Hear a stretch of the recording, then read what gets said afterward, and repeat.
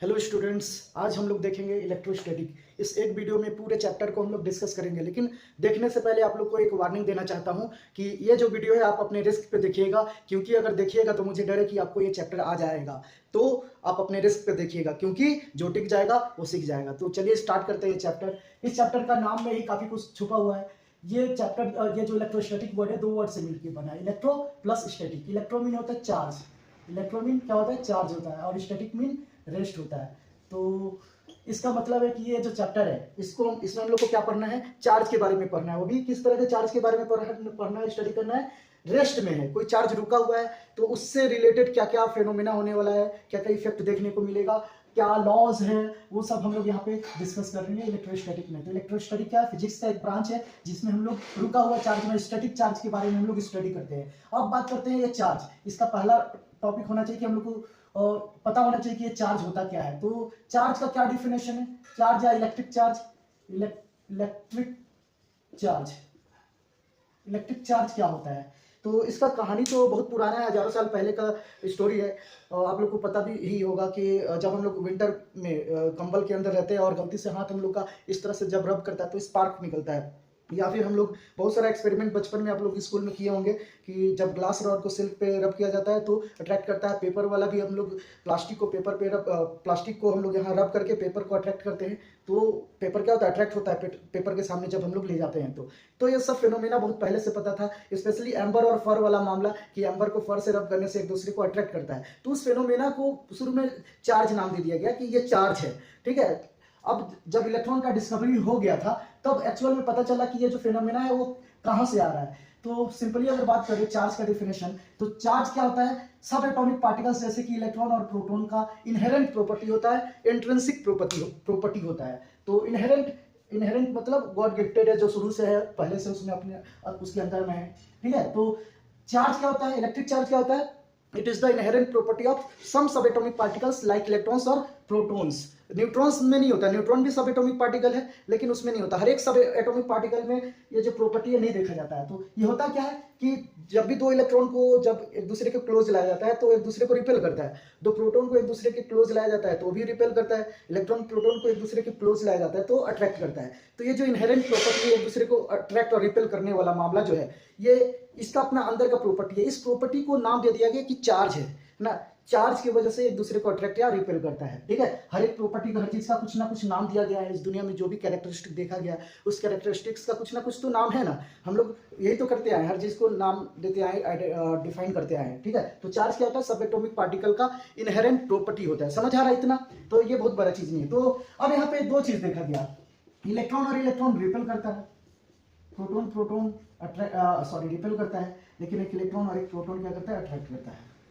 तो यहाँ पे देखते हैं कि ये जो इलेक्ट्रॉन है दोनों पे तो सेम ही चार्ज होना चाहिए, एक ही जैसा चार्ज होना चाहिए। तो सेम चार्ज एक दूसरे को रिपेल कर रहा है, प्रोटॉन प्रोटॉन भी एक जैसा ही चीज है, सेम पार्टिकल है तो एक दूसरे को रिपेल कर रहा है। लेकिन ये दोनों को अगर लिया जा रहा है तो दोनों एक दूसरे को क्या कर रहा है, अट्रैक्ट कर रहा है। तो ये जो फिनोमेना है ना, यहाँ पे देखने को मिल रहा है कि यहाँ पे दो अलग अलग कैरेक्टरिस्टिक्स आ रहा है सामने, प्रोटॉन का अपना अलग, इलेक्ट्रॉन का अलग और प्रोटॉन का अलग। तो इसका मतलब जरूर इलेक्ट्रॉन और प्रोटॉन एक अपोजिट कैरेक्टर का होगा, ठीक है। ऐसे भी हम लोग देख सकते हैं जहां पे इलेक्ट्रॉन और प्रोटॉन दोनों होता है, देखा गया जहां पे दोनों होता है वहां पे कोई चार्ज, कोई फील्ड, कोई फोर्स फील नहीं किया जाता है। इसका मतलब ये दोनों एक दूसरे का इफेक्ट को कैंसिल कर रहा है। तो एक को पॉजिटिव मान लिया गया, एक को नेगेटिव। तो इलेक्ट्रॉन पे नेगेटिव इलेक्ट्रॉन को मान लिया गया और प्रोटॉन को पॉजिटिव। और भी रीजन है, इलेक्ट्रॉन को ही नेगेटिव और प्रोटॉन को पॉजिटिव मानने का एक और रीजन है, जब बैटरी बनाया गया था तो पॉजिटिव नेगेटिव टर्मिनल ले लिया गया था। तो उतना हम लोग डीपली स्टोरी में नहीं जाने वाले, बस इतना जानना है कि इलेक्ट्रॉन पे नेगेटिव चार्ज होता है, प्रोटॉन पे पॉजिटिव। ऐसा कुछ इस पर मोहर नहीं है, मान लिया गया कि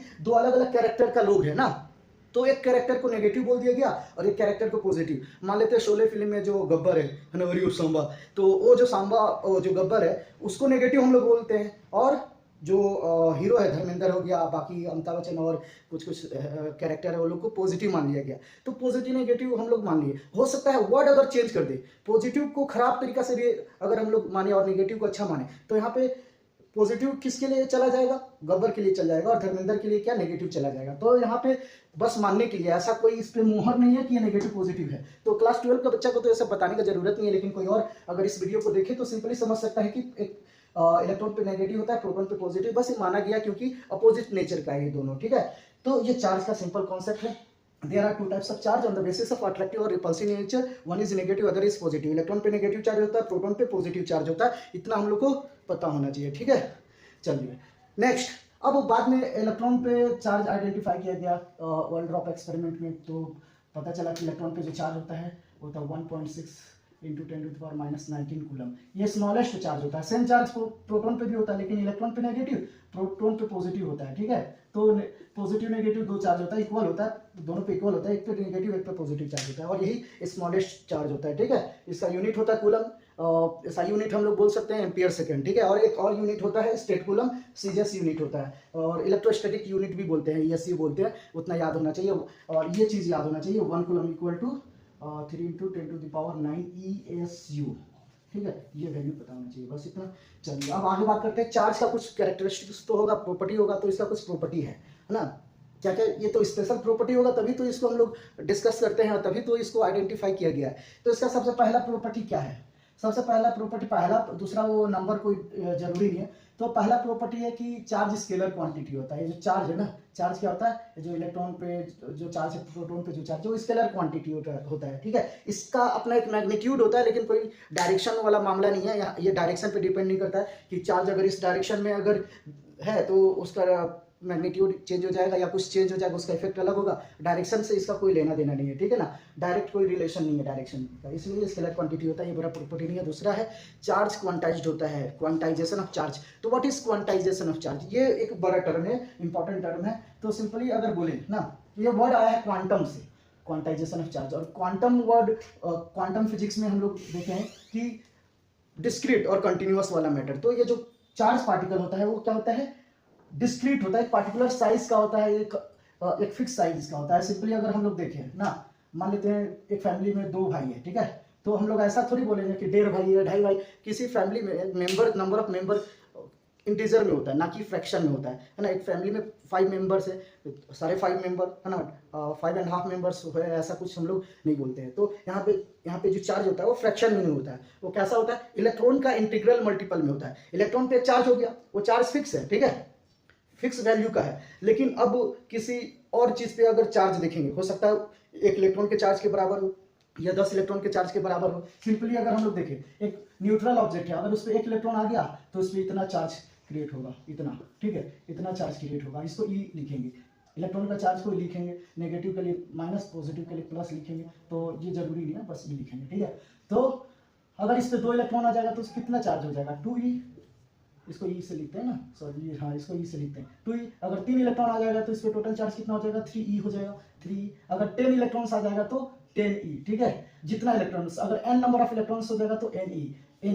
n क्या इंटीजर नंबर है. ठीक है, तो किसी सिस्टम पे एक सिस्टम है, सिस्टम जिसको ऑब्जर्व कर रहे हैं, इस सिस्टम पे जितना इलेक्ट्रॉन आएगा उस पर उतना चार्ज होगा, उतना इंटीजर से मल्टीप्लाई होगा. तो किसी सिस्टम पे टोटल चार्ज को q से रिप्रेजेंट करते हैं. ये होता है n × e. n is integer number and e क्या है?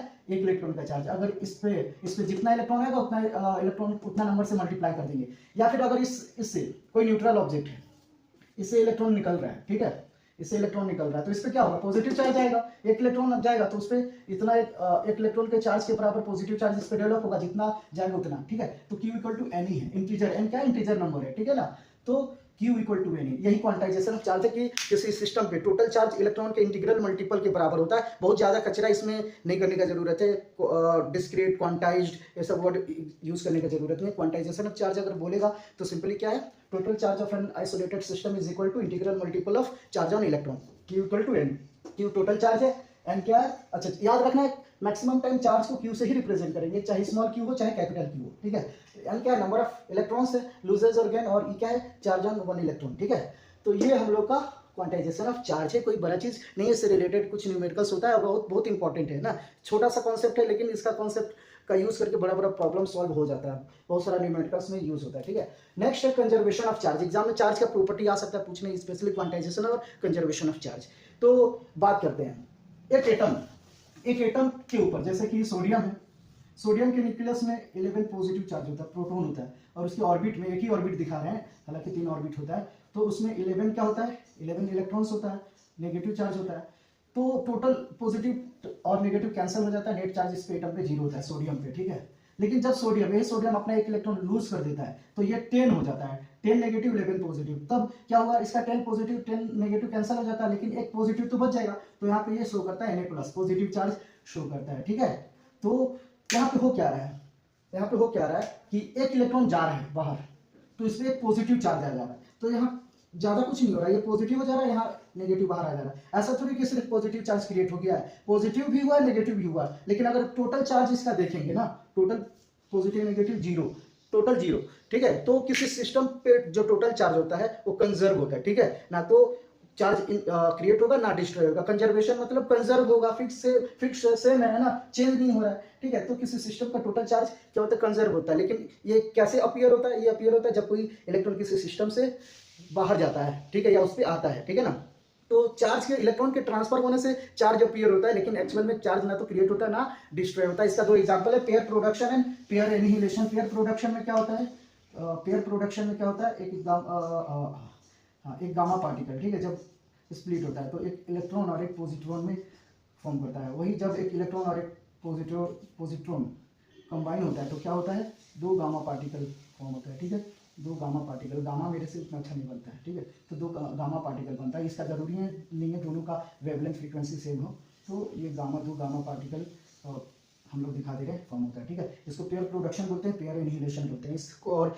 डिस्कस करने का जरूरत नहीं है, 12th का सिलेबस का नहीं है। ठीक है, तो ये है हम लोग का प्रॉपर्टीज ऑफ चार्ज। ठीक है, ये कोई बड़ा चीज नहीं है, समझ आ गया होगा कि चार्ज होता क्या है। ठीक है, नेक्स्ट प्रॉपर्टी हम लोग पहले से जानते हैं कि लाइक चार्ज रिपेल करता है और लाइक चार्ज अट्रैक्ट करता है। Like charge repel to each other and unlike charge attract to each other, ये एक प्रॉपर्टी है। तो कॉमन सा प्रॉपर्टी है, याद होना चाहिए। और एक लास्ट प्रॉपर्टी क्या है, बहुत इंपॉर्टेंट है, आगे भी इसको हम लोग डिस्कस करेंगे अलग अलग चैप्टर में। तो पहला इसका लास्ट प्रॉपर्टी क्या है कि जब चार्ज रुका रहता है, ठीक है, रेस्ट में रहता है, तो अपने चारों तरफ एक फील्ड क्रिएट करता है, इलेक्ट्रिक फील्ड बोलते हैं उसको। हम लोग को इस चैप्टर में ही डिस्कस करना है। इलेक्ट्रिक फील्ड क्रिएट करता है, वो जो फील्ड होता है ना, वो कुछ इस तरह से होता है कि उस फील्ड के अंदर कोई दूसरा चार्ज अगर आएगा तो ये चार्ज उस पर अपना इफेक्ट डालेगा, उस चार्ज पे इफेक्ट डालेगा। ठीक है, तो स्टैटिक चार्ज अपने चारों तरफ इलेक्ट्रिक फील्ड क्रिएट करता है सिर्फ। ठीक है, यही चार्ज जब मूव करता है, कांस्टेंट वेलोसिटी से मूव करता है, तो ये अपने चारों तरफ मैग्नेटिक फील्ड भी क्रिएट करता है। ठीक है, जिस पाथ में जाता है उसके अराउंड इस तरह से मैग्नेटिक फील्ड क्रिएट करता है। मान लेते हैं चार्ज ऐसे जा रहा है, चार्ज पार्टिकल है इस तरह से जा रहा है, तो अपने चारों तरफ मैग्नेटिक फील्ड भी क्रिएट करता है। जब रेस्ट में रहता है चार्ज पार्टिकल तो इलेक्ट्रिक फील्ड क्रिएट करता है। यही चार्ज पार्टिकल जब एक्सेलरेट करता है, स्पीड चेंज होता है ना, कांस्टेंट स्पीड से नहीं जाता है, एक्सेलरेट करता है, तो साथ में ये क्या करता है, रेडिएशन भी इमिट करता है, इलेक्ट्रोमैग्नेटिक रेडिएशन।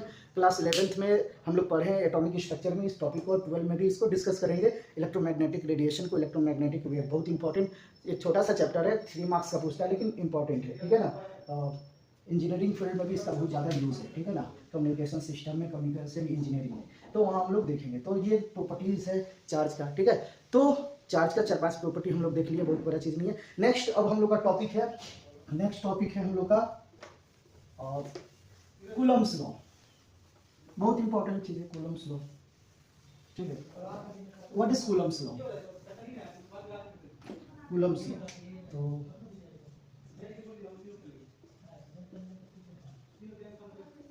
ये बोलेंगे तो न्यूटन्स लॉ ऑफ ग्रेविटेशन का कॉपी पेस्ट है एक तरह से, लेकिन सिर्फ थ्योरी का बात नहीं है, प्रैक्टिकली देखा गया है, तो इसको कॉपी पेस्ट बोलना गलत है। फॉर्मूला कॉपी पेस्ट एक जैसा लगता है, कॉपी है ना, कार्बन कॉपी बोल सकते हैं। ठीक है, तो होता क्या है कूलम्ब्स लॉ, एक चार्ज पार्टिकल है Q1, एक दूसरा चार्ज पार्टिकल है Q2, दोनों के बीच डिस्टेंस R है। तो दो चार्ज पार्टिकल है, दोनों एक दूसरे को फोर्स लगाएगा ही। तो ये जो फोर्स होगा वो कितना होगा, फोर्स को F से लिखते हैं जनरली, तो F से लिख रहे हैं। तो कूलम्ब्स लॉ बोलता है कि इन दोनों के बीच जो फोर्स लग रहा है, उस फोर्स का नाम तो पहला बात कूलम्ब्स फोर्स या फिर इलेक्ट्रोस्टैटिक फोर्स बोलेंगे। तो ये जो फोर्स है कूलम्ब फोर्स, वो डायरेक्टली प्रोपोर्शनल होता है दोनों चार्ज के मैग्नीट्यूड का प्रोडक्ट का, और इनवर्सली प्रोपोर्शनल होता है डिस्टेंस का स्क्वायर का। इनवर्स स्क्वायर लॉ को फॉलो करता है। ठीक है, तो कूलम्ब फोर्स क्या है ये तो पता है ना, इन दोनों के बीच जो फोर्स लग रहा है कूलम्ब फोर्स है। तो कूलम्ब्स लॉ के अकॉर्डिंग कूलम्ब फोर्स और electrostatic force between two charges Q1 and Q2 separated by distance R is directly proportional to product of magnitude of both charges and inversely proportional to square of distance between them। ये definition है simple. अब इन दोनों को हम लोग combine करके लिखेंगे तो F प्रोपोर्शनल हो जाएगा Q1 Q2 by R square. और हम लोग को पता है प्रोपोर्शनलिटी का साइन हमेशा घटता है तो कुछ ना कुछ कांस्टेंट आता है, तो यहाँ पे लिख रहे हैं F इक्वल टू एक कांस्टेंट आएगा K Q1 Q2 by are square. इस के का वैल्यू होता है, इस के का वैल्यू होता है 1/4 पाई एप्सिलॉन नॉट, और इसका टोटल जो वैल्यू कैलकुलेटेड वैल्यू है 9 इंटू 10⁻9 होता है। ठीक है, ये होता है। तो अब यहाँ पे एक चीज़ ध्यान दीजिए, यहाँ पे के का दो वैल्यू है। ये कभी कभी ये तो वैल्यू है, अगर बाकी सबका वैल्यू दिया है, चार से सबका वैल्यू दिया है, न्यूमेरिकल अगर सॉल्व करना है ना तो इस वैल्यू को लेंगे, लेकिन जब डेरिवेशन या कुछ और कंडीशन रहता है उस केस में ये वैल्यू लेते हैं। तो ये वैल्यू आया कहाँ से? तो ये वैल्यू आया है मीडियम की वजह से। तो शुरू में देखा गया, जब एक्सपेरिमेंट किया गया तो वैक्यूम के अंदर एक्सपेरिमेंट करके देखा गया, वैक्यूम क्रिएट करके, तो वहाँ पे देखा गया चार्ज एक दूसरे को फोर्स लगा रहा है, तो वहाँ पे जो वैल्यू आया कांस्टेंट का ये आया। लेकिन ये तो वैक्यूम में आया, लेकिन दूसरा मीडियम में वो वैल्यू चेंज हो जा रहा था। तो एक दूसरा कांस्टेंट अलग अलग मीडियम के रेस्पेक्ट में कुछ ना कुछ तो फॉर्मूला चाहिए ना। तो यहाँ पे वैक्यूम के लिए ये वाला टर्म दे दिया गया एक्सपेरिमेंटली। यहाँ पे हम लोग को ये डिस्कस नहीं करना है कि ये कहाँ से आया, बस इतना याद रखना है कि ये भी एक वैल्यू है। तो यहाँ पे F इक्वल टू होता है 1/4 pi epsilon naught Q1 Q2 by are square. तो ये होता है वैल्यू, ठीक है ना। फोर्स, कूलम फोर्स का फॉर्मूला होता है, इतना हम लोग को याद रखना है। ठीक है, अगर कोई मीडियम में ये एप्सिलॉन नॉट, अच्छा यहाँ पे एक और चीज, इसको बोलते हैं एप्सिलॉन नॉट। प्रोनाउंसिएशन क्या है? Epsilon not. बिहार में कुछ लोग ना एप्सिलॉन नॉट हिंदी में बोलते हैं, अजीब अजीब वर्ड यूज करते हैं। ठीक है ना, आवेश, चार्ज को आवेश बोलते हैं ना, वो अजीब नहीं है, वो ऐसे बोलता है एप्सिलॉन नॉट, लेकिन क्यों बोलता है पता नहीं। एप्सिलॉन नॉट होता है। एप्सिलॉन ये जो है ग्रीक लेटर है, एप्सिलॉन ई के इक्विवेलेंट है, और इसके नीचे नॉट लगा दिया जाता है, और ये एप्सिलॉन नॉट है। ठीक है, और ये क्या रिप्रेजेंट करता है? ये होता है परमिटिविटी कांस्टेंट फॉर वैक्यूम या फिर फ्री स्पेस। इसका वैल्यू होता है 8.85 इंटू 10⁻12 कूलम स्क्वायर पर न्यूटन पर मीटर स्क्वायर। यूनिट एक बार चेक कर लेते हैं, तो नीचे जाएगा तो हो जाएगा कूलम स्क्वायर पर न्यूटन पर मीटर स्क्वायर। यूनिट और डायमेंशन आप लोग को आता है निकालना। ठीक है, मेरे को याद नहीं रहता है तो निकालना पड़ता है। ठीक है, तो इसका ये वैल्यू होता है एप्सिलॉन नॉट का। ठीक है, अब वही किसी और मीडियम में इसका जो वैल्यू हो जाएगा फोर्स का, एफ डैश मान लेंगे। एफ डैश इक्वल टू होता है 1/4 pi epsilon naught epsilon R में के, एक दूसरा कांस्टेंट होता है के, इस डाइलेक्ट्रिक कांस्टेंट होता है Q1 Q2 by are square. ठीक है, और इन दोनों को मिला करके हम लोग लिखते हैं 1/4 pi epsilon R Q1 Q2 by are square F dash. ठीक है, ये होता है। बाद में हम लोग डाइलेक्ट्रिक कांस्टेंट को डिस्कस करेंगे। चलिए यहीं पे डिस्कस कर लेते हैं डाइलेक्ट्रिक कांस्टेंट क्या होता है, बाद में क्यों डिस्कस करना।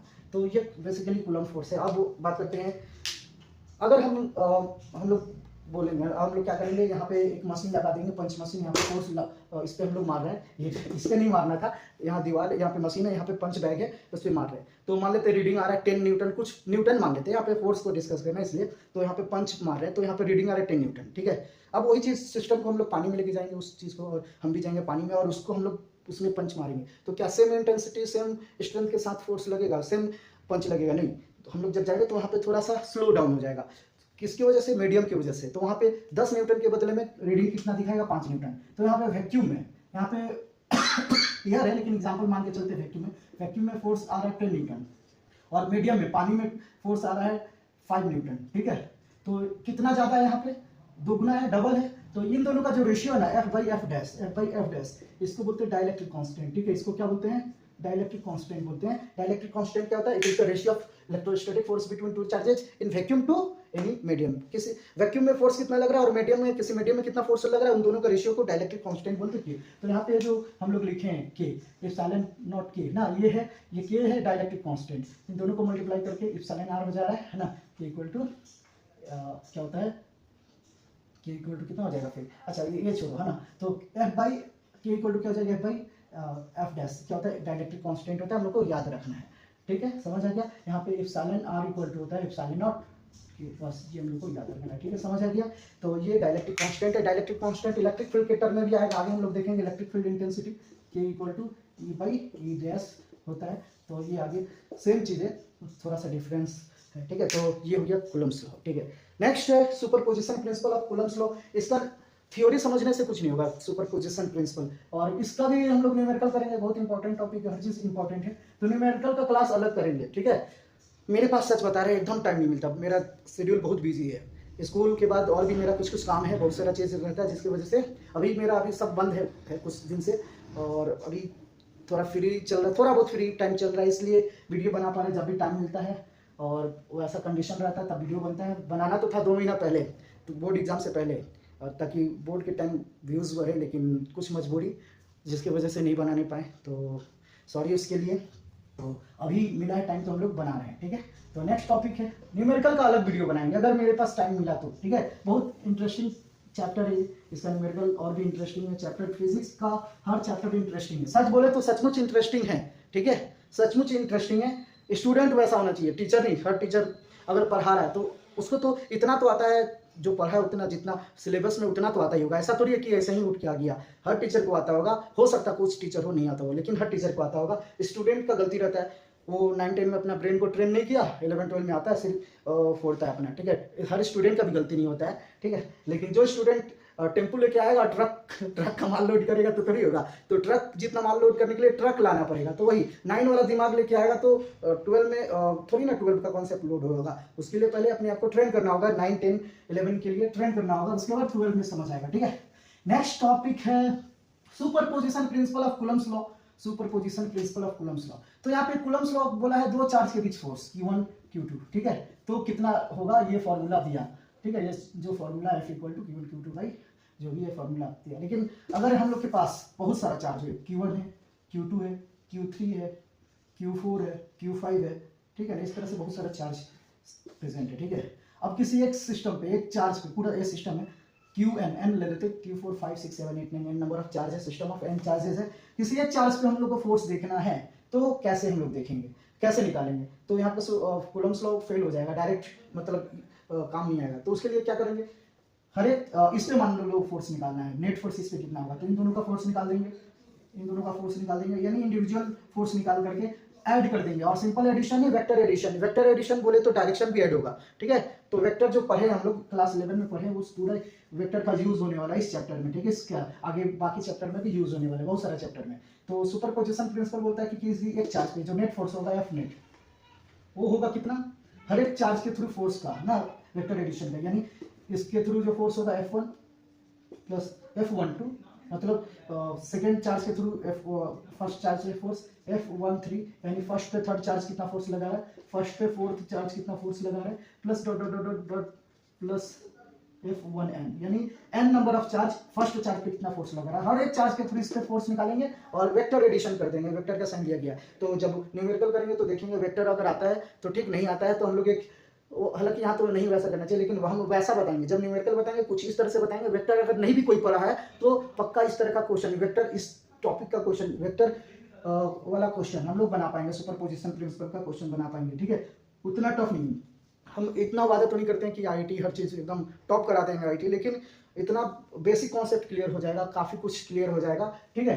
तो ये सुपरपोजिशन प्रिंसिपल है। सुपरपोजिशन प्रिंसिपल है कि n नंबर ऑफ चार्ज है किसी सिस्टम में, तो किसी एक चार्ज पे जो नेट इलेक्ट्रोस्टैटिक फोर्स होगा, हर एक चार्ज के इलेक्ट्रोस्टैटिक फोर्स के वेक्टर एडिशन के बराबर होगा, वेक्टर सम के बराबर। समझ आ गया, ये है superposition principle of Coulomb's law. तो इतना समझ आया। मेरे को लगता है कि बहुत बड़ा वीडियो हो जाएगा, एक साथ बनाना मेरे लिए पॉसिबल नहीं है, ठीक है। और उधर डिस्टर्बेंस भी आ रहा है, सब अपना काम कर रहे हैं, हम उन लोग की वजह से डिस्टर्ब हो रहे हैं, वो लोग मेरी वजह से हो रहा है। तो ये घर है मेरा, कोचिंग अभी नहीं जा पा रहे, कोचिंग बंद चल रहा है काफ़ी समय से, तो यहाँ पे वीडियो बनाने का मौका मिला है। कोचिंग में भी डिस्टर्बेंस होता है, हम बगान वाला में बाकी का भी क्लास होता है, जिनको वाले में तो फिर क्लास रेगुलर होता है तो भी नहीं हो पाता है। तो अभी हम लोग क्या देखने वाले हैं, इलेक्ट्रिक फील्ड, ठीक है। इलेक्ट्रिक फील्ड क्या होता है, इलेक्ट्रिक फील्ड, इलेक्ट्रिक फील्ड क्या होता है, ठीक है। बहुत इंपॉर्टेंट टॉपिक है इलेक्ट्रिक फील्ड। चलिए देखते हैं इलेक्ट्रिक फील्ड क्या होता है। कोई चार्ज पार्टिकल,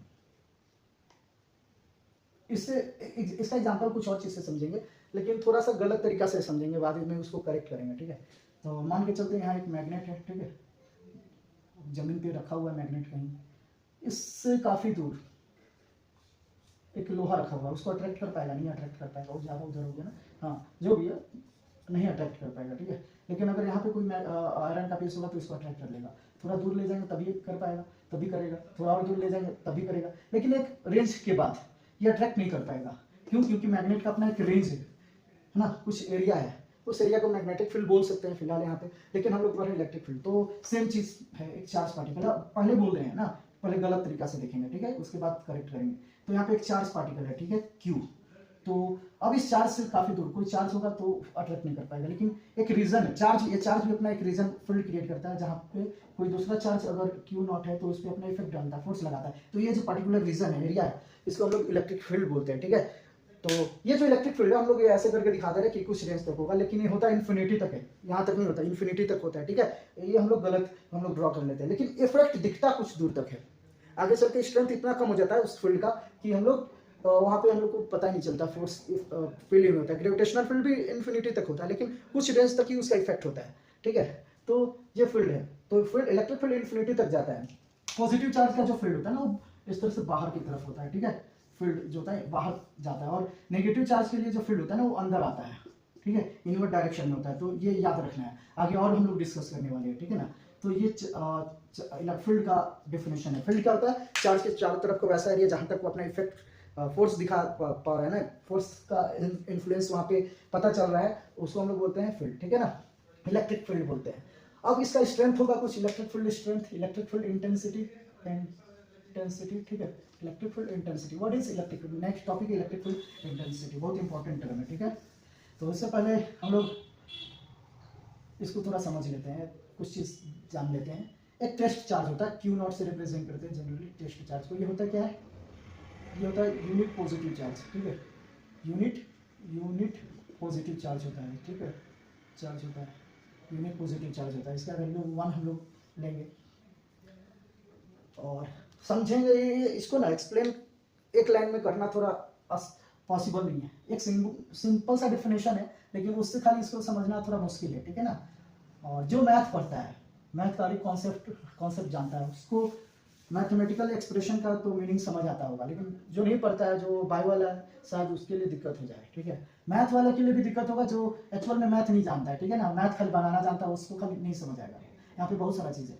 तो क्या है, टेस्ट चार्ज। तो टेस्ट चार्ज क्या होता है, यूनिट पॉजिटिव चार्ज होता है। और यहाँ पे टेस्ट चार्ज हम लोग ऐसा लेंगे ना जिसका फील्ड काफ़ी कम हो, इफेक्ट बहुत कम हो, ठीक है ना, उसका फोर्स का जो स्ट्रेंथ बहुत कम हो। वैसे तो पॉजिटिव चार्ज 1 यूनिट चार्ज बहुत बड़ा हो गया, 1 कूलम बहुत बड़ा हो गया, लेकिन यहाँ दो टर्म है। तो फिलहाल अभी हम लोग देखते हैं डेफिनेशन इलेक्ट्रिक फील्ड इंटेंसिटी का क्या होता है। तो यहाँ पे चार्ज है क्यू। अब ये जो चार्ज पार्टिकल, ये इसका फील्ड है, फील्ड वैसे इन्फिनिटी तक है, लेकिन इफेक्ट यहाँ तक ज़्यादा है, ठीक है। तो यहाँ पे 2 पॉइंट लेते हैं, एक पॉइंट और दूसरा पॉइंट ए, पॉइंट बी, ठीक है। तो ये पॉइंट ज़्यादा नज़दीक है इस चार्ज से और ये थोड़ा दूर है। अगर यहाँ पे एक यूनिट पॉजिटिव चार्ज लेते हैं या कोई टेस्ट चार्ज ले रहे हैं, एक टेस्ट चार्ज टेस्ट करने के लिए, चेक करने के लिए, और एक बार इस यहाँ रखते हैं, कहाँ पे ज़्यादा फोर्स फील होगा, इसको यहाँ पे ज़्यादा फोर्स फील होगा, यहाँ कम फोर्स फील होगा। तो ये जो यूनिट पॉजिटिव चार्ज किसी फील्ड के अंदर कितना फोर्स फील कर रहा है, कितना फोर्स फील कर रहा है, सिंपली उसी को हम लोग बोलते हैं electric field intensity. Electric field intensity force नहीं होता है, इलेक्ट्रिक फील्ड इंटेंसिटी क्या नहीं होता है, फोर्स नहीं होता है, फोर्स पर यूनिट चार्ज है। यूनिट चार्ज पे कितना फोर्स होता है वही होता है इलेक्ट्रिक फील्ड। यहाँ डेफिनेशन में वर्ड आ रहा है, जितना फोर्स फील करता है उसको हम लोग इलेक्ट्रिक फील्ड बोलते हैं, लेकिन जितना फोर्स नहीं, per unit force per unit charge कितना है वो होता है इलेक्ट्रिक फील्ड, ठीक है। तो इलेक्ट्रिक फील्ड का एक सिंपल, इलेक्ट्रिक फील्ड को इसे रिप्रेजेंट करते हैं, ठीक है। इसका सिंपल फॉर्मूला होता है F by q not. Q not क्या, यूनिट पॉजिटिव चार्ज है, टेस्ट चार्ज है। तो एफ बाई क्यू नॉट क्या होता है, एफ बाई क्यू नॉट क्या होता है, electric field intensity, force per unit charge होता है सिंपली। तो यहाँ पे हम लोग को पता है फोर्स का जो फॉर्मूला होता है यहाँ पे मान लेते हैं, यहाँ पे चार्ज है, ठीक है, क्यू नॉट चार्ज है, डिस्टेंस से आर, तो फोर्स जो होगा हो जाएगा 1/4 pi epsilon naught q naught, first charge q है, सेकंड चार्ज क्यू नॉट है, डिस्टेंस से आर, तो आर स्क्वायर बाई क्या है क्यू नॉट से क्यू नॉट प्लस, तो ये आ जा रहा है 1/4 pi epsilon naught q by are square. तो इलेक्ट्रिक फील्ड इंटेंसिटी ये भी होता है, ठीक है ना, ये फॉर्मूला होता है, और ये वाला फॉर्मूला होता है equal to F by q naught, F equal to q naught E. तो इतना याद रखना है, ठीक है। होता है force per unit test charge, electric field intensity होता है, कितना स्ट्रेंथ है। यहाँ पे एक चीज ध्यान दीजिए, यहाँ पे फोर्स में दोनों चार्ज का कंट्रीब्यूशन होता है, लेकिन फील्ड में सिर्फ उसी का, जिसका हम लोग स्ट्रेंथ देख रहे हैं वही होता है, ठीक है। तो यहाँ पे अगर हम लोग मान लेते हैं एक चार्ज है, यहाँ पे मान लेते हैं एक चार्ज है क्यू नॉट है, तो क्यू नॉट का वैल्यू 1 है, ठीक है, एक तो 1 है। और या फिर हम लोग इस क्यू नॉट को हम लोग इधर यहाँ पे एफ में एफ है ना, एफ है, तो यहाँ पे एफ है, तो क्यू नॉट को यहाँ लेके जा रहा है, तो एफ बाई क्यू नॉट हो जा रहा है इतना, ठीक है, एफ बाई क्यू नॉट, तो ये होता है 1/4 sine naught q by are square. तो इतना लेंदी करने की जरूरत नहीं है, तो सिंपली इसको ये लिखो, ये equal to 1/4 sine naught q by are square. Electric field intensity होता है इतना। क्लियर हो गया, समझ आ गया इलेक्ट्रिक फील्ड इंटेंसिटी क्या होता है। अब क्या टॉपिक है, इलेक्ट्रिक फील्ड इंटेंसिटी हो गया। तो अब कुछ कंडीशन है, ठीक है तो बहुत सारा चीज़ इस चैप्टर में, कुछ कंडीशन है देख लेते हैं। एक हॉलो चार्ज स्फीयर है, इतना बड़ा क्यों बना है फालतू में, ऐसे बना दिए थे तो मिटाना भी जरूरी थोड़ी था। एक हॉलो चार्ज स्फीयर है जिसपे चार्ज है, पॉजिटिव हो चाहे निगेटिव उससे फर्क नहीं पड़ता है, ठीक है। एक हॉलो चार्ज स्फीयर है हम लोग के पास, इसका रेडियस है कुछ आर, सेम इसके सरफेस पे क्यू चार्ज, टोटल चार्ज कितना क्यू है। तो यहाँ से एक पॉइंट है ना, इस पॉइंट पे इलेक्ट्रिक फील्ड इंटेंसिटी कितना होगा, यहाँ से यहाँ तक टोटल डिस्टेंस अगर आर है तो हो जाएगा equal to 1/4 pi epsilon naught और क्यू बाई कैपिटल क्यू लिए हैं तो बाई आर स्क्वायर, ये होना चाहिए ना। सेंटर से हम लोग ये लेंगे, वही सरफेस पे कितना हो जाएगा, सरफेस पे कितना हो जाएगा, तो सरफेस पे हो जाएगा 1/4 pi epsilon naught q by capital R का स्क्वायर। आर जितना छोटा होगा, डिस्टेंस जितना कम होगा, फील्ड उतना ज़्यादा होगा। इसका मतलब है यहाँ देख के पता है चल रहा है ना कि डिस्टेंस का स्क्वायर का इनवर्सली प्रोपोर्शनल है। अच्छा कूलम्ब्स लॉ तो समझ आया होगा, वो तो सिंपल सा चीज़ है कि डायरेक्टली इनवर्सली का क्या मतलब है, डायरेक्टली प्रोपोर्शनल, अगर ए डायरेक्टली प्रोपोर्शनल है बी मतलब बी बढ़ेगा तो ए भी बढ़ेगा। अगर ए इनवर्सली प्रोपोर्शनल है बी का तो ऐसे लिखते हैं, यानी बी बढ़ेगा तो ए कम होगा, ए अगर इंक्रीज होगा तो बी डिक्रीज होगा, बी अगर डिक्रीज होगा तो ए इंक्रीज होगा, बी अगर इंक्रीज होगा तो ए डिक्रीज होगा, ठीक है। इनवर्सली प्रोपोर्शनल का ये मतलब, अगर स्क्वायर है तब तो बी थोड़ा सा भी अगर चेंज होगा तो ये बहुत ज़्यादा चेंज हो जाएगा, ठीक है ना। ये थोड़ा सा भी मान लो ये बी डबल हो गया तो ये 4 टाइम्स डिक्रीज हो जाएगा, ठीक है, ये तो पता ही है ना इतना। तो वही चीज़, तो आर छोटा है, कैपिटल आर छोटा है तो ई ज़्यादा होगा, यानी सरफेस पे ज़्यादा इलेक्ट्रिक फील्ड होगा, ठीक है। वही अगर अंदर बात करें इलेक्ट्रिक फील्ड, तो अंदर में तो चार्ज है ही नहीं, चार्ज तो बाहर है, ठीक है ना, चार्ज तो क्या है बाहर है ना, आउटवर्ड डायरेक्शन में होता है, इसका इफेक्ट आउट, फील्ड भी आउटवर्ड डायरेक्शन में होगा, तो फील्ड बाहर, तो चार्ज अंदर है नहीं तो यहाँ पे इलेक्ट्रिक फील्ड भी जीरो होगा, ठीक है। तो हॉलो चार्ज स्फीयर में इलेक्ट्रिक फील्ड इंटेंसिटी जीरो होता है। तो इसका ग्राफ कुछ ऐसा बनेगा, ये यहाँ से यहाँ तक रेडियस है आर, ठीक है। तो रेडियस पे तो मिनिमम होता है, लेकिन मतलब अंदर में मिनिमम होता है, लेकिन सरफेस पे क्या होता है, ई का वैल्यू क्या ई है, ये आर है, ठीक है ना। तो सरफेस पे ई मैक्सिमम होता है, और जैसे ही हम लोग दूर जाते हैं सरफेस से तो डिस्टेंस का स्क्वायर का इनवर्सली प्रोपोर्शनल होता है, तो इस तरह से डिक्रीज होता है, ठीक है ना। कभी भी जीरो नहीं होगा, इन्फिनिटी पे जीरो होगा, ठीक है। तो इस तरह से कभी भी क्लोज सटाते नहीं है, इसको और लंबा लेके जा सकते हैं हम लोग, ठीक है, लेकिन जीरो कभी भी टच नहीं करेगा, इन्फिनिटी पे जाके टच करेगा, ठीक है। तो इसका ग्राफ कुछ ऐसा होता है, इंपॉर्टेंट है, याद रखना है हम लोग को। समझ आ रहा होगा, मेरा आदत नहीं है कैमरा की तरफ देखने का, और इधर भी मतलब उतना अच्छा से कैमरा पे मेरे से हो नहीं पाता है, ठीक है। तो थोड़ा सा अजीब लगता है बनाते समय, मेरा जो फोकस होता है वो कम हो जाता है। ऐसे भी मेरा थोड़ा आदत खराब है, बहुत सारा आदत मतलब पढ़ाने को लेकर के, इसलिए तो हम टीचिंग में नहीं है, हालांकि ट्यूशन में हम सब कुछ कराते हैं, ठीक है। तो चलिए हम लोग आगे डिस्कस करते हैं, ये हो गया। अब वही हॉलो के बदले में सॉलिड स्फीयर है, तब क्या होगा, सॉलिड स्फीयर है, इसमें सेम सरफेस पे बाहर में और सरफेस पे तो सेम होगा जैसे कि है, लेकिन अगर अंदर में बात करेंगे, पूरा चार्ज का स्फीयर है, पूरा का पूरा चार्ज ही भरा है, तो अंदर में क्या होगा, तो उसके लिए हम लोग क्या करेंगे, जिस पॉइंट पे हम लोग देख रहे हैं, यहाँ पे मान लो देख रहे हैं, यहाँ से यहाँ तक डिस्टेंस डी है, तो यहाँ पे आर माइनस डी हो जाएगा। हम लोग ग्रेविटेशन में जैसे निकाले थे वैसे निकाल सकते हैं, चार्ज डेंसिटी निकाल करके, वहाँ मास डेंसिटी निकाले थे ना, चार्ज डेंसिटी निकाल करके देख सकते हैं। तो यहाँ पे वो उतना नहीं करने वाले हम लोग, तो यहाँ पे हम लोग को पता है यहाँ पे चार्ज तो कम हो जा रहा है, बाहर वाला चार्ज का इस पर इफेक्ट नहीं है, इस पॉइंट पे हम लोग देख रहे हैं, तो ये जो चार्ज है सिर्फ इसी का इफेक्ट होगा इस पर, ठीक है। डिस्टेंस कम होगा तो इंटेंसिटी ज्यादा होना चाहिए, लेकिन चार्ज भी कम हो जा रहा है, तो यहाँ पे क्या होगा, यहाँ पे कांस्टेंट रेट से इंटेंसिटी बढ़ेगा। तो यहाँ पे जो ग्राफ होगा वो कुछ इस तरह से होगा, कहाँ पे हम लोग बनाए, यहाँ पे, ठीक है। तो सेंटर से सरफेस तक तो इस तरह से वेरी करेगा, इस तरह से वेरी करेगा, सरफेस से सॉरी सेंटर से सरफेस तक, लेकिन लिनियरली चेंज होगा, लेकिन बाद में क्या हो जाएगा, इस तरह से होगा, जैसा कि मूड ग्रेविटेशन में हम लोग जी का वैल्यू देखे थे ना चेंज होते हुए, सेम वैसा ही कुछ होगा, ठीक है। तो कुछ इस तरह का ग्राफ होगा सेंटर तक, ये डायरेक्टली प्रोपोर्शनल होगा आर का, इनवर्सली प्रोपोर्शनल होगा आर स्क्वायर का इंटेंसिटी, ये ई है और ये डिस्टेंस है, तो ये दो ग्राफ है, ठीक है। तो इसको ज़्यादा डिस्कस हम लोग नहीं करेंगे। तो इतना समझ आ गया होगा क्या होता है। अच्छा, ये सब टॉपिक पे ना पहले भी वीडियो बना हुआ है, तो ये कोई बड़ा चीज़ नहीं है, सिंपल सा टॉपिक है। तो थोड़ा सा अजीब लग रहा है, गर्मी लग रहा है, पंखा चालू नहीं कर सकते हैं, कूलर ऑन नहीं कर सकते, और एसी मेरे पास है नहीं, ठीक है, तो एसी भी आवाज़ करता। तो आगे बात करते हैं हम लोग। एसी लगाना भी नहीं है कभी, मेरे को पसंद नहीं है एसी। पैसा होगा तभी नहीं, पैसा तो है नहीं फिलहाल मेरे पास अभी। तो आगे बात करते हैं, ठीक है, इतना समझ आ गया होगा हम लोग को। Thank you. तो बस आप लोग वीडियो को शेयर कीजिए, है ना, लाइक कीजिए, सब्सक्राइब कीजिए, दोस्त लोग को बोलिए उसका गला दबा कर सब्सक्राइब कर बोलना है, ठीक है। और हो सके तो ट्यूशन आओ मेरे पास, नहीं ऐसा नहीं बोलना है, वीडियो में भी नहीं। अच्छा लगे तो आए, अच्छा लगने से आए अपने आप बोलने के लिए, ठीक है। यहाँ पे लेकिन बता दें, वीडियो में मेरा वो जो होता है ना, कोई चीज़ ऑब्जर्व करता है ना, क्वांटम पार्टिकल को अपना बिहेवियर चेंज करने लगता है, उसी तरह से मेरा बिहेवियर चेंज होने लगता है, ठीक है। जब कैमरा सामने आ जाता है तो मेरा बिहेवियर थोड़ा, देखो अभी लग रहा है ना कि ये कैसा पागल जैसा कर रहा है, तो हम ऐसी करने लगते हैं, मेरे को ही नहीं पता चलता है, सोचते कुछ और है, बोलते कुछ और है, ठीक है। करना कुछ और रहता है, सोचते कुछ और है, बोलते कुछ और है, और निकल जाता है कुछ और है, ठीक है ना। और कैमरा भी अलग ही है ना, यहाँ का सेटअप भी अलग है, ये दिखाता कुछ और है ना। तो चलो आगे हम लोग डिस्कस करें। क्या लगता है इतना बड़ा वीडियो देखना कोई पसंद करेगा? मेरे को नहीं लगता है। फिर भी नेक्स्ट टॉपिक क्या है भाई, हम तो भूल ही जा रहे हैं ना, क्या है, electric field lines. Electric field lines देखना है ना, कि और कोई टॉपिक पहले देखेंगे। इलेक्ट्रिक फ्लक्स तो बाद में आएगा, इलेक्ट्रिक फील्ड लाइंस पहले आएगा। इलेक्ट्रिक डाइपोल है तो पहले लाइंस को देखेंगे, इलेक्ट्रिक फील्ड लाइंस या electric lines of force. Electric field FIELD यही होता है ना स्पेलिंग, LINE लाइन, ठीक है ना, इलेक्ट्रिक फील्ड लाइन।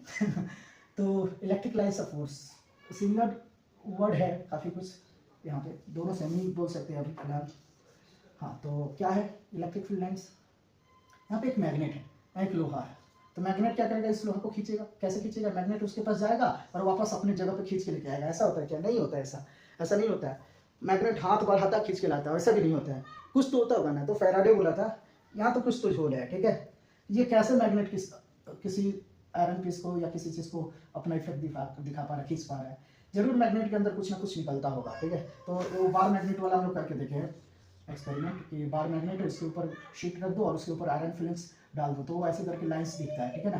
तो देखा गया कि मैग्नेट के अंदर से इस तरह से लाइंस निकलता है, ठीक है, जिसको इलेक्ट्रिक मैग्नेटिक फील्ड लाइंस बोलते हैं। तो ये इमेजिनेशन है, इमेजिनेशन सिर्फ नहीं है, एक्सपेरिमेंटली प्रूफ है ना। Science is complete experimental subject है, science is approximation and complete experimental subject, ठीक है।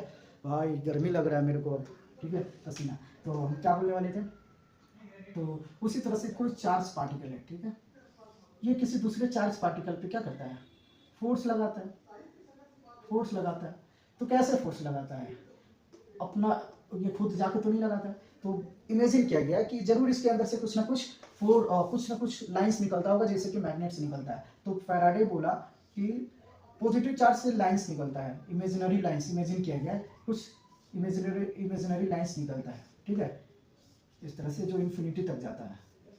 ये जो लाइंस है ना, इसको इलेक्ट्रिक फील्ड लाइंस बोलते हैं। यही लाइन रिस्पॉन्सिबल होता है इलेक्ट्रिक फील्ड स्ट्रेंथ के लिए और दूसरे चार्ज पार्टिकल पे फोर्स लगाने के लिए रिस्पॉन्सिबल होता है। तो यहाँ पे बहुत सारा लाइंस निकलता है, इनफाइनाइट नहीं होता है, फाइनाइट ही होता है, ठीक है, काउंटेबल। ऐसे तो हाथ से काउंट नहीं कर सकते, कैलकुलेटेड है, ठीक है, तो कैलकुलेट किया जा सकता है। तो इस तरह से लाइंस निकलता है, इसको इलेक्ट्रिक फील्ड लाइन बोलते हैं। तो इसका कुछ प्रॉपर्टी है। तो पहला प्रॉपर्टी है, ये जो इलेक्ट्रिक फील्ड लाइन से पॉजिटिव से निकलता है, ठीक है, और नेगेटिव में इंटर करता है। इस तरह से पॉजिटिव से निकलता है, नेगेटिव में इंटर करता है, ठीक है ना, नेगेटिव में इंटर करता है हमेशा। पॉजिटिव से निकलता है, नेगेटिव में इंटर करता है। ऐसा नहीं होगा कि नेगेटिव से निकलेगा पॉजिटिव में इंटर करेगा। पॉजिटिव से निकलता है, नेगेटिव में या फिर क्या होता है, टर्मिनेट होता है। Electric field lines started from positive charge and terminate into negative charge, ठीक है, पहला प्रॉपर्टी है। लेकिन क्या होगा जब इलेक्ट्रिक नेगेटिव चार्ज नहीं होगा? नेगेटिव चार्ज नहीं होगा तो क्या होगा? इलेक्ट्रिक फील्ड लाइंस इन्फिनिटी तक जाएगा। कहाँ तक जाएगा? इन्फिनिटी तक। क्यों? नेगेटिव के खोज में कहीं ना कहीं तो नेगेटिव होगा, ठीक है। धरती पे लड़का और लड़की का नंबर अलग है, उसका अलग रीजन है, लेकिन पॉजिटिव नेगेटिव इक्वल है। जितना पॉजिटिव है उतना नेगेटिव है, कहीं ना कहीं इन्फिनिटी पे इसको नेगेटिव चार्ज मिल ही जाएगा, इसलिए इन्फिनिटी तक जाता है खोजने के लिए, ठीक है ना। तो नेगेटिव, जब नेगेटिव चार्ज के एब्सेंट में पॉजिटिव चार्ज का जो लाइंस होता है ना, ये कहाँ तक जाता है? इन्फिनिटी तक। In the absence of negative charge electric field lines goes up to infinity. मान के चलते हैं पॉजिटिव चार्ज नहीं है, नेगेटिव चार्ज है, उस केस में क्या होगा? तो इसके पास आएगा लाइन, इन्फिनिटी से आएगा, कहीं ना कहीं इन्फिनिटी पे होगा ये, ठीक है ना, कहीं ना कहीं। कितना गजब का चीज़ है, इन्फिनिटी पे होगा ही, ठीक है ना। तो सेम प्रॉपर्टी है, सेकंड प्रॉपर्टी क्या है, in the absence of positive charge electric field lines comes from infinity and in the absence of negative charge electric field lines goes up to infinity, इस तरह का है, ठीक है। उसके बाद दो पॉजिटिव चार्ज है मान लेते हैं, तो इसका जो लाइंस है ना एक दूसरे को रिपेल करेगा, क्या करेगा, रिपेल करेगा, electric field lines, electric field lines also repel to each other, ठीक है ना, एक दूसरे को रिपेल करता है, ये प्रॉपर्टी होता है, ये हम लोग को पता होना चाहिए, ठीक है, रिपेल करता है, चाहे क्लोज पाथ नहीं बनाता है, ठीक है ना, यहाँ लग रहा है कि क्लोज पाथ है, क्लोज पाथ नहीं है, ठीक है ना, क्लोज पाथ नहीं है, ठीक है, नेगेटिव में जाके खत्म हो जाता है, तो ये ऐसा वाला मामला है, रिपेल भी करता है। इसके बाद इलेक्ट्रिक फील्ड जो है ना वेक्टर क्वांटिटी है, इलेक्ट्रिक फील्ड इंटेंसिटी, तो इसका कुछ डायरेक्शन होगा, तो ये एक लाइन है, तो इलेक्ट्रिक फील्ड लाइन पे कोई पॉइंट है, उस पॉइंट पे अगर टेंजेंट ड्रॉ करेंगे वही डायरेक्शन बताएगा इलेक्ट्रिक फील्ड का, टेंजेंट के अलावा इलेक्ट्रिक फील्ड इंटेंसिटी का डायरेक्शन होगा, और तो फाइनल जो होता है वो नेगेटिव पॉजिटिव टू नेगेटिव होता है, पूरा अगर पूरा रिजल्टेंट अगर देखेंगे तो किधर होगा, positive to negative, electric field का डायरेक्शन कहाँ से कहाँ होता है, पॉजिटिव टू नेगेटिव, ठीक है ना, ये याद रखना है, क्लियर है। तो टेंजेंट के अलावा इलेक्ट्रिक फील्ड का डायरेक्शन होता है किसी पॉइंट पे ना इलेक्ट्रिक फील्ड लाइन के। चलो नेक्स्ट है, two electric field lines never intersect to each other, दो इलेक्ट्रिक फील्ड लाइन एक दूसरे को इंटरसेक्ट भी नहीं करेगा, ऐसा नहीं होगा, क्यों नहीं होगा, क्योंकि मान लो यहाँ पे इंटरसेक्ट किया तो यहाँ इस पॉइंट पे एक टेंजेंट इधर और एक टेंजेंट इधर, तो एक पॉइंट पे दो डायरेक्शन, ऐसा थोड़ी है, ऐसा पॉसिबल नहीं है, ठीक है ना, एक पॉइंट पे दो डायरेक्शन पॉसिबल नहीं होता है, हो नहीं सकता, इलेक्ट्रिक फील्ड दो अलग अलग इलेक्ट्रिक फील्ड एक पॉइंट पे कैसे होगा, तो दो इलेक्ट्रिक फील्ड लाइन एक दूसरे को कभी इंटरसेक्ट नहीं करेगा, ठीक है, समझ आ गया। तो electric field line never intersect to each other because at the point of intersection there are two we will get two direction of electric field which is not possible, ठीक है। नेक्स्ट क्या है, नेक्स्ट देखो यहाँ पे एक area लेते हैं, सेम एरिया हम लोग यहाँ पे लेते हैं, इसको उठा के यहाँ ले जाएंगे, तो यहाँ पे लाइंस क्या दिख रहा है, ज़्यादा दिख रहा है, और यहाँ पे लाइंस क्या हो रहा है, दूर दूर जा रहा है, तो यहाँ पे इस एरिया से कम लाइन पास होगा, तो सेम एरिया यहाँ पे ज़्यादा लाइन, यहाँ पे कम लाइन, तो यहाँ पे जो इलेक्ट्रिक फील्ड का स्ट्रेंथ होगा वो ज़्यादा होगा, जहाँ नंबर ऑफ लाइंस ज़्यादा होगा किसी रीजन में वहाँ पे इलेक्ट्रिक फील्ड का स्ट्रेंथ क्या होगा, ज़्यादा होगा, जहाँ पे कम होगा स्ट्रेंथ कम होगा ना, greater the number of electric field line greater the strength of electric field, ठीक है, समझ आ गया। तो ये कुछ इंपॉर्टेंट पॉइंट है इलेक्ट्रिक फील्ड लाइंस का, ठीक है, इलेक्ट्रिक लाइंस ऑफ फोर्स, चलो ये समझ आ गया। अब क्या हम लोग को करना है, इलेक्ट्रिक फ्लक्स बाद में या पहले, इलेक्ट्रिक फ्लक्स गॉस थ्योरम से पहले करना ठीक है, इलेक्ट्रिक फ्लक्स नहीं कर लेते हैं, क्या जरूरी है, गॉस लॉ करेंगे तब वो उसको फिर से देख लेंगे और देखना ही क्यों, याद रखना, ठीक है। तो इलेक्ट्रिक फील्ड लाइंस हो गया, समझ आ गया ना, इलेक्ट्रिक फील्ड लाइंस। अच्छा हम लोग ना यहाँ पे सिर्फ इलेक्ट्रिक फील्ड एंड चार्ज को डिस्कस करेंगे, लगता नहीं है कि पूरा भी होगा, तो हम लोग फर्स्ट पार्ट सेकंड पार्ट करके करेंगे, अगर पॉसिबल होगा तो, है ना, पॉसिबल होगा तो एक ही वीडियो में करेंगे अभी।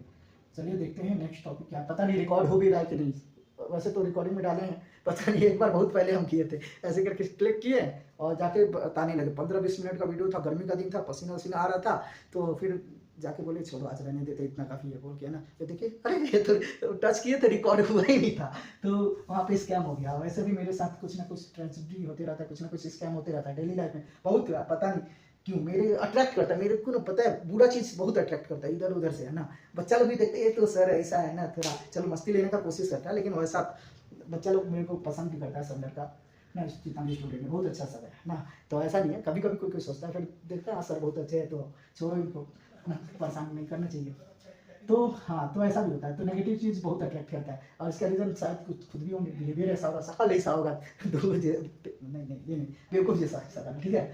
तो नेक्स्ट क्या है, नेक्स्ट इलेक्ट्रिक फ्लक्स, ठीक है, एक एरिया है, ठीक है, यहाँ पे कोई चार्ज का सोर्स है जहाँ से इलेक्ट्रिक फील्ड लाइंस निकल रहा है, इस डायरेक्शन में मान लो ऐसे करके इलेक्ट्रिक फील्ड लाइंस निकल रहा है, ठीक है, ऐसे करके, तो किसी एरिया से, किसी गिवन एरिया से, not unit area, given area से जितना नंबर ऑफ लाइंस निकल रहा है, नंबर ये तो यहाँ पे काउंट नहीं हो सकता है, लेकिन आगे चल के गॉस थ्योरम पढ़ेंगे वहाँ पे काउंट भी होगा कि कितना होता है एग्जैक्ट, ठीक है ना, तो यहाँ पे तो काउंट नहीं हो रहा है, तो किसी गिवन एरिया से कितना लाइंस पास हो रहा है, number of electric field lines passes through a given area held perpendicular to it is called electric flux. Electric flux is represented by phi, और इलेक्ट्रिक फ्लक्स है इसलिए फाई ई लिखते हैं, ठीक है, अभी ई नहीं भी लिखेंगे चलेगा, लेकिन बाद में हम लोग जब मैग्नेटिक फ्लक्स पढ़ेंगे तब डिस्टिंग्विश करने के लिए ई और बी लिखना पड़ता है, ठीक है। तो फाई ई क्या इलेक्ट्रिक फ्लक्स है, तो इलेक्ट्रिक फ्लक्स फाई ई होता है क्या, ये होता है ई डॉट एस होता है, ये डॉट प्रोडक्ट होता है इलेक्ट्रिक फील्ड का और इस एरिया का, इसका एरिया सरफेस एरिया एस है, ठीक है ना, सरफेस एरिया एस, और इलेक्ट्रिक फील्ड इंटेंसिटी, यहाँ पे इलेक्ट्रिक फील्ड का जो स्ट्रेंथ है वो है ई, ठीक है। तो इलेक्ट्रिक फ्लक्स का फॉर्मूला होता है, हम लोग सिंपली बोलेंगे जो इलेक्ट्रिक फ्लक्स है डायरेक्टली प्रोपोर्शनल होगा इलेक्ट्रिक फील्ड का, और डायरेक्टली प्रोपोर्शनल होगा सरफेस का। सरफेस जितना ज़्यादा फ्लक्स उतना ज़्यादा, सरफेस जीरो फ्लक्स जीरो, ठीक है। इलेक्ट्रिक फील्ड भी का भी कुछ वैल्यू होना चाहिए, ई भी होना चाहिए। इलेक्ट्रिक फील्ड का स्ट्रेंथ ज़्यादा होगा, यहाँ से फ्लक्स ज़्यादा होगा। अगर दूर दूर है, स्ट्रेंथ कम है इलेक्ट्रिक फील्ड का तो दूर दूर होगा, फ्लक्स नंबर ऑफ लाइन कम होगा, तो दोनों का प्रोपोर्शनल होगा। तो phi proportional to E S, ठीक है, यस। तो phi equal to E S cos theta हम लोग ले सकते हैं, ठीक है। साइन थीटा क्यों नहीं लिया, ये ई जो है ना इलेक्ट्रिक फील्ड है, एस सरफेस है, दोनों वेक्टर क्वांटिटी है, लेकिन यहाँ पे जो ये फाई ये नंबर बता रहा है तो स्केलर क्वांटिटी है, तो यहाँ पे कॉस थीटा ले लिया गया, तो एस कॉस थीटा, तो इसको डॉट प्रोडक्ट हम लोग लेते हैं, ठीक है। तो phi equal to S cos theta होता है, इलेक्ट्रिक क्या होता है एस कॉस थीटा, इसलिए ई डॉट एस लिखते हैं, electric flux E dot S. अब थीटा कहाँ से आया, थीटा कहाँ से आया, तो देखिए ये सरफेस है, ठीक है, इससे सरफेस का डायरेक्शन कुछ इधर होगा, और मान लेते लाइन इलेक्ट्रिक फील्ड लाइन ऐसे जा रहा है, मान लेते हैं ऐसे करके जा रहा है, ठीक है, ऐसे करके निकल रहा है, तो इनका डायरेक्शन मान लेते इधर है, तो दोनों के बीच कुछ एंगल होगा ना, तो एंगल है, ठीक है। तो एंगल के अकॉर्डिंग सब चेंज होगा, जीरो होगा तो ये हो जाएगा, 90 डिग्री होगा तो जीरो। अगर थीटा 90 डिग्री होने का क्या मतलब है कि सरफेस ऐसे है, सरफेस ऐसे है और लाइन ऐसे ना जा करके ऐसे जा रहा है, ठीक है। ऐसे देख, सरफेस ऐसे है बाहर की तरफ, लाइन अगर ऐसे निकल रहा है तो 0 डिग्री, अगर लाइन ऐसे जा रहा है तो 90 डिग्री, अगर लाइन ऐसे जा रहा है 180 डिग्री, तो वो तो हम लोग को बेसिक चीज़ पता है, उतना बताने का जरूरत नहीं है, जिसको नहीं पता है पूछ लेना, बोल देना, उसको अलग से बता देंगे वीडियो में, ठीक है। इतना हो गया, समझ आ गया, ठीक है। तो इलेक्ट्रिक फ्लक्स, इसका यूनिट क्या होगा, इलेक्ट्रिक फील्ड का यूनिट क्या होता है बताओ, इसका होता है कूलम, सॉरी न्यूटन पर कूलम, और एरिया का मीटर स्क्वायर, क्या होता है मीटर स्क्वायर, ठीक है। तो न्यूटन पर कूलम मीटर स्क्वायर होता है, ठीक है। न्यूटन मीटर स्क्वायर पर कूलम अच्छा लगता है, न्यूटन मीटर स्क्वायर पर कूलम, तो ये इसका यूनिट हो जाएगा। डायमेंशन वो सब आता है, तुम लोग को निकालना नहीं आता है तो यूनिट एंड डायमेंशन का बाद में देखेंगे, फ्री टाइम मिलेगा तो वीडियो बना दिया जाएगा, हर चीज़ का डायमेंशन निकाल के देख लेंगे हम लोग, या फिर बाद में कोई देखा जाएगा किसी टॉपिक में, ठीक है। तो ये यहाँ पे ये चीज़ सिखाना मकसद नहीं है, ठीक है, समझ आ गया। तो ये इलेक्ट्रिक फ्लक्स होता है। नेक्स्ट टॉपिक है बड़ा बड़ा डेरिवेशन हम लोग अलग करेंगे, ठीक है, आज नहीं करेंगे, बहुत बोरिंग है वीडियो बना के पढ़ाना, क्लास में पढ़ाना अलग चीज़ है। क्लास में अगर बच्चा शांत रहे, सुने, ठीक है, तब तो पढ़ाने में जो मजा आएगा वो अलग ही चीज़ है, और सुनेगा ही, अच्छा कोई पढ़ाएगा तो बच्चा सुनेगा ही। हाँ, ऐसा नहीं है, कुछ बच्चा लोग तेज बनता है ना, लोग को पढ़ना भी नहीं है, पढ़ाना भी नहीं है, सर पढ़ाने भी नहीं देना है, कुछ बच्चा हो सकता है, तो जरूरी नहीं है हर कोई पढ़े ही, है ना। लेकिन जिसके पास बहुत पैसा, घर वाले के पास पैसा, वो ना पढ़े कोई दिक्कत नहीं है, लेकिन वो दूसरे को भी नहीं पढ़ने देगा, वो दिक्कत है। दूसरा बात, उस बच्चा को देख के दूसरा बच्चा भी वो करेगा, वो गलत है। जिसके पास पैसा नहीं है वो तो बेचारा निकल जाएगा, वो गलत तो ही अपनी जगह सही है, जो इसके पास बहुत कुछ है। लेकिन जिसके पास कुछ नहीं है, समझो कि वो लड़का के पास कुछ नहीं है, वो इतना कॉन्फिडेंट क्यों है, क्योंकि सॉरी उसके पास सब कुछ है, वो पढ़ क्यों नहीं रहा है, क्योंकि वो उसके पास सब कुछ है, कॉन्फिडेंट है, लेकिन बाकी को तो पढ़ना चाहिए, ठीक है ना। वो ऐसा नहीं होता है, ठीक है, सब लाइफ में कुछ ना कुछ करता है। जो कम पढ़ता है ना, थोड़ा कम पढ़ता है, जीरो एकदम नहीं पढ़ने वाला तो दिक्कत है, और बहुत ज़्यादा पढ़ के भी बहुत कुछ किया नहीं जा सकता है। एवरेज होना चाहिए कम से कम, बहुत अच्छा पढ़ रहा है तो अच्छा है, IIT वगैरह में जाएगा निकालेगा वो लाइफ तो अच्छा होगा, लेकिन जो एवरेज होता है वो भी अच्छा ही करता है। जो जीरो मार्किंग होता है, ऐसा नहीं कि वो भी ज़िंदगी खराब हो जाता है, जी लेता है, लेकिन थोड़ा स्ट्रगल है लाइफ में। ऐसा तो पढ़ने वाला के साथ भी स्ट्रगल हो, वो भी स्ट्रगल कर सकता है, डिपेंड करता है बहुत सारा चीज़, ठीक है। तो नेक्स्ट टॉपिक ये कि हम बार बार करते हैं, ठीक है। नेक्स्ट टॉपिक क्या है, इलेक्ट्रिक डाइपोल। ये जो टर्म है ना, केमिस्ट्री से आया है, बहुत इंटरेस्टिंग चीज़ है, केमिस्ट्री में बहुत इंपॉर्टेंट है। इलेक्ट्रिक डाइपोल से न्यूमेरिकल आता है, JEE मेंस में, नीट में हर बार आता है, इसका कॉन्सेप्ट यूज़ होता ही है, ठीक है, इलेक्ट्रिक डाइपोल वाला। तो क्या है इलेक्ट्रिक डाइपोल, एक फील्ड है, घास का मैदान है, यहाँ पे एक शेर खुला छोड़ दिए, यहाँ पे एक हिरन है, उसको खुला छोड़ दिए, तो क्या होगा, शेर हिरन को पकड़ के खा जाएगा, हाँ, जितना भी दौड़ो वो दौड़ के पकड़ के खा लेगा, नज़दीक होगा तो और जल्दी खा लेगा, ठीक है। लेकिन क्या होगा जब इस शेर को यहाँ पे बांध देंगे, पिंजरा में डाल देंगे, और इसके ठीक कुछ दूरी पे ना हिरन को भी पिंजरा में डाल देंगे, ठीक है, तो ये इसको खाने का कोशिश करेगा, नहीं खा पाएगा, ये भागने का कोशिश करेगी, नहीं भाग पाएगी, इसको लगेगा कि शेर आके खा जाएगा, शेर को लगेगा कि ये भाग जाएगी, दोनों कोशिश करेगा, यहाँ टेंशन का माहौल क्रिएट हो जाएगा, काफ़ी टेंशन क्रिएट होगा। अगर यहाँ पे एक होल है, इस होल के अंदर एक खरगोश रहता है, अगर बाहर आके देखा हार्ट अटैक से मर जाएगा बेचारा, क्योंकि इतना टेंशन का मामला है। अगर सेम चीज़ यहाँ पे पॉजिटिव चार्ज है, नेगेटिव चार्ज है, अगर खुला छोड़ देंगे अट्रैक्ट करेगा, है ना, लेकिन वही अगर इसको फिक्स कर देंगे, इसको भी फिक्स कर देंगे, तो कोशिश तो करेगा अट्रैक्ट करने का, लेकिन नहीं कर पाएगा। वहीं पे दूसरा चार्ज है ना, कोई यूनिट चार्ज अगर इस पे आ रहा है तो यहाँ पे इस पे बहुत ज़्यादा इफेक्ट होगा, इस इन दोनों का, ठीक है ना, फोर्स का बहुत ज़्यादा इफेक्ट पड़ेगा। तो ये जो सिचुएशन जो दिख रहा है ना, फिक्स है चार्ज, चार्ज का अपने पोजीशन पे फिक्स है, कुछ डिस्टेंस पे। कैसा चार्ज? एक पॉजिटिव चार्ज और एक नेगेटिव चार्ज, इक्वल मैग्नीट्यूड का। इक्वल लेना बहुत जरूरी है, क्योंकि हम लोग डाइपोल केमिस्ट्री में देखें कि पोलैरिटी इक्वल डेवलप होता है ना, जैसे कि HCl पे देखा गया कि ये क्या करता है ना, क्लोरीन हाइड्रोजन के इलेक्ट्रॉन को अपनी तरफ अट्रैक्ट कर लेता है, इसका इलेक्ट्रॉन नेगेटिविटी ज्यादा होता है, तो इस पे डेल्टा पॉजिटिव, इस पे डेल्टा नेगेटिव चार्ज हो जाता है, पार्शियल चार्ज डेवलप हो जाता है। तो ये तो जितना इधर इसको अट्रैक्ट करेगा उस पर उतना नहीं, उसी के अकॉर्डिंग इस पे नेगेटिव चार्ज उतना ही इस पे पॉजिटिव चार्ज डेवलप होगा, पार्शियल चार्ज होगा लेकिन इक्वल होगा, और ये फिक्स होगा, डिस्टेंस फिक्स होगा। तो ये जो सिचुएशन बना है इसको हम लोग डाइपोल बोलते हैं। Two equal and opposite charges separated by some distance, fixed distance is known as electric dipole, इसको इलेक्ट्रिक डाइपोल बोलते हैं। अब इसका कुछ फिजिकल क्वांटिटी होगा, तो उस फिजिकल क्वांटिटी को बोलते हैं electric dipole moment. Electric dipole moment क्या बोलते हैं? Electric dipole moment. तो इलेक्ट्रिक डाइपोल मोमेंट को P से रिप्रेजेंट करते हैं, यहाँ पे केमिस्ट्री में म्यू से रिप्रेजेंट किए थे, याद है ना। डी बाई यूनिट होता है, डी बाई होता है ना, हाँ डी बाई। एक डायोप्टर होता है, वो अलग होता है ना, वो ऑप्टिक्स में। तो P से रिप्रेजेंट करते हैं, होता क्या है, कोई भी एक चार्ज, ठीक है, मान लेते हैं एक charge positive charge plus Q और एक चार्ज है माइनस Q, ठीक है ना। ये चीज़ को लिखना बहुत जरूरी है, ठीक है। यहाँ पे एक डाइपोल है, इलेक्ट्रिक डाइपोल है, प्लस Q, ठीक है, और इससे कुछ डिस्टेंस है, डाइपोल है माइनस Q, ये सेंटर है दोनों का, सेंटर। अब यहाँ से यहाँ तक का डिस्टेंस L ले लेते हैं, और ये टोटल डिस्टेंस 2L, ठीक है। तो कोई भी एक चार्ज और दोनों के बीच का डिस्टेंस का प्रोडक्ट को हम लोग बोलते हैं इलेक्ट्रिक डाइपोल मोमेंट। 2QL होता है, P इक्वल टू 2QL। क्या होता है? Product of magnitude of either charges and distance between two charge.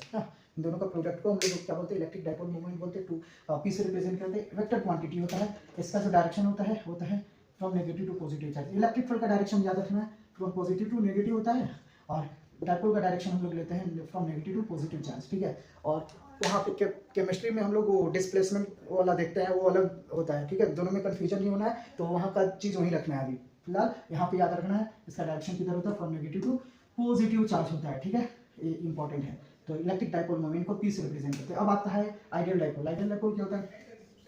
Same घास का मैदान है, यहाँ पे एक सेल है पिंजरा में, और इससे पूरा एकदम सट के, मतलब थोड़ा सा गैपिंग, पेपर पास होने वाला है ना, दूसरा पिंजरा हुआ है, रखा हुआ, यहाँ पे हिरन है, शेर हिरन, क्या होगा?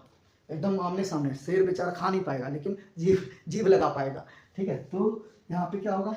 जो टेंशन है बहुत ही ज़्यादा क्रिएट होगा, ये आइडियल कंडीशन हो जाएगा। तो सेम उसी तरह से यहाँ पे एक पॉजिटिव चार्ज एक नेगेटिव चार्ज, दोनों के बीच जो डिस्टेंस है वो माइनर, एकदम पेपर पास, मतलब पेपर, यहाँ पे पेपर बोला जाएगा, वो तो माइक्रो नैनोमीटर का डिस्टेंस होगा, ठीक है, एक्चुअल में तो काफ़ी कम डिस्टेंस होगा।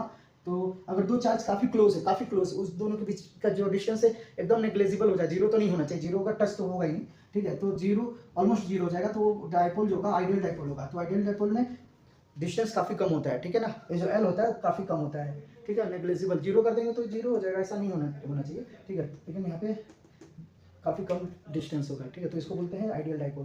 तो डाइपोल वाला मामला यहाँ पे खत्म हो गया। अभी हम लोग को टॉर्क वगैरह देखना है, तो डेरिवेशन वाला चीज़ जो है अगले वीडियो में हम लोग देखेंगे, नेक्स्ट वीडियो में। तब तक के लिए धन्यवाद, देखते रहिए वीडियो को, ठीक है। शेयर कीजिए, सब्सक्राइब कीजिए चैनल को अगर नहीं किए हैं तो, और मेरा मेहनत को थोड़ा ध्यान में रख के वीडियो को शेयर भी कीजिए। Thank you.